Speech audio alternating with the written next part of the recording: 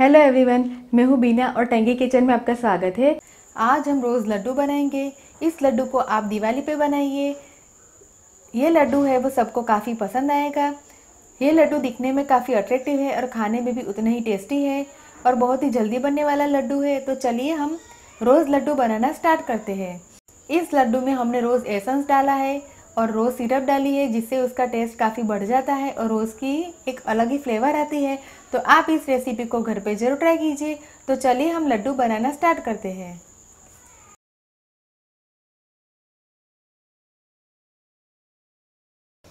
रोज़ लड्डू बनाने के लिए मैंने यहाँ पे 1 कप सूजी मैंने बारीक इस्तेमाल की हुई है। आधा कप चीनी का मैंने पाउडर बना के फिर लिया हुआ है। 2 बड़ा चम्मच ड्राई रोज़ पेटल्स को मैंने ड्राई करके फिर लिया हुआ है। 1/4 कप मावा को मैंने 2 से 3 मिनट तक भून कर फिर लिया हुआ है। 1/4 कप कोकोनट पाउडर, 4 से 5 इलायची को मैंने छील के इसका पाउडर बना के लिया हुआ है।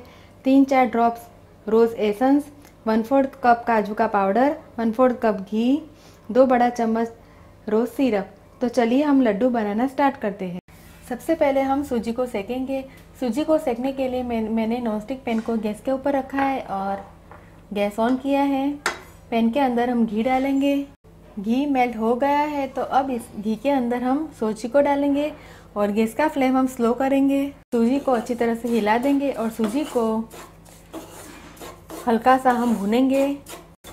सूजी का कलर लाइट पिंक होने तक हम इस सूजी को सेकेंगे। सूजी है वो सीख गई है, सूजी है वो लाइट पिंक होके तैयार है और सूजी फूलने लगी है। तो अब गैस का फ्लेम हम बंद करेंगे और पैन को हम नीचे उतार के रखेंगे और सूजी को हम किसी बड़े बर्तन में निकाल लेंगे। सीखी हुई सूजी में हम काजू पाउडर, इलायची पाउडर, सिका हुआ मावा, कोकोनट पाउडर, ड्राई रोज़ पेटल्स, 3-4 ड्रॉप्स हम रोज़ एसेंस के डालेंगे, जिससे इसका टेस्ट काफ़ी अच्छा आता है। रोज़ सिरप को डालेंगे, सबको हम हिला देंगे। सारी सामग्री अच्छी तरह से मिक्स हो गई है तो अब इसमें हम पाउडर चीनी को डालेंगे और अच्छी तरह से हम हिला देंगे। अब इसे हम हाथ से मिक्स करेंगे। मैंने शक्कर को अच्छी तरह से मिक्स कर दिया है, पर लड्डू है वो बाइंड नहीं हो पा रहे, तो हम थोड़ा सा घी डालेंगे ताकि लड्डू को हम बाइंड कर सके।